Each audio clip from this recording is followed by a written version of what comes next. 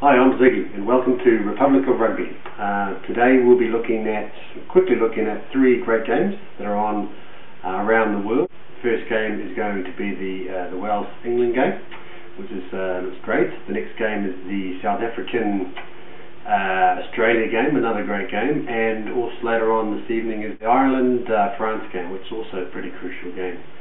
Let's first look at the English-Welsh game, and I think if you're looking at Warren Gatland came out this week and said it's crucial for them to win the game, and that's not negotiable. Why? Because I mean, after last week's game where they're pretty happy with their efforts and they pushing England in the end, they need a victory. And on the other side you've got England who played well in patches last week, I thought, but also they're making 13 changes this week, so they're showing a bit of depth there and bringing people in like Tyndall's back. It'd be interesting to watch Ben Foden and also Dan Cole and Laws. I like Laws in the second row, so that's going to be a really good contest. And I think for both teams, England to continue that momentum towards the World Cup, and Wales really need to put their stamp on the game and get a win, because again get that momentum going to the World Cup and also send out a message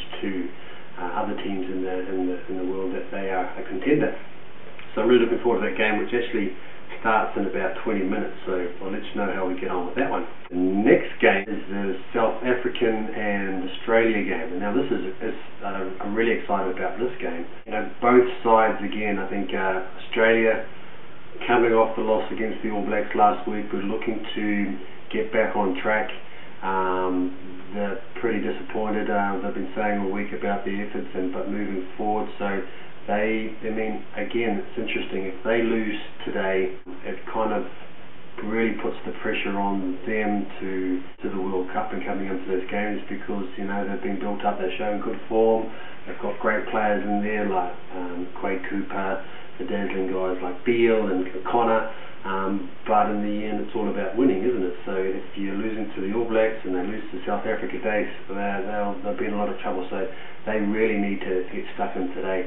South Africa as well, interesting enough, they've been bringing back the big guns, and de Villiers has been talking about, I think they've got 810 caps in the squad when they're playing 15 today, which is a record for the Springboks.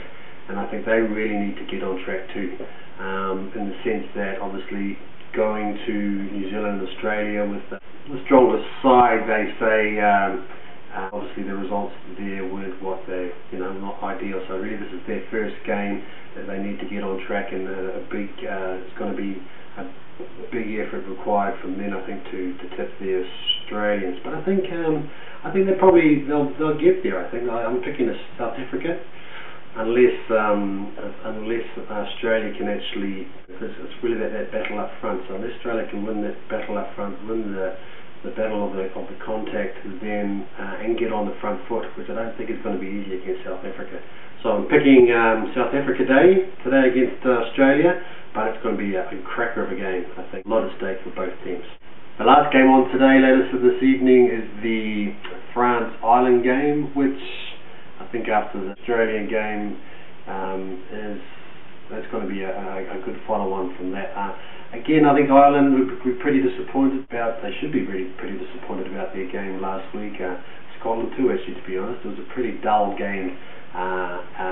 Didn't really show a lot of people, I think, that anything to be scared of. For example, if you one of the big three Southern teams, All Blacks, Australia or South Africa. So again, I think Declan Kidney's made 8 changes to his squad. Ryan O'Driscoll's not on the side, and I think he needs game time, because he needs to get out there and get into a bit of form. But he's not on the side but interestingly, I think he's got Ron O'Gara in there, and he's teamed him up with Reading. Sean O'Brien's back. He's an exciting player. I like the look of him. He's very good. I think on the French side of it, I'm not sure what Lamont's doing there, in the sense that he's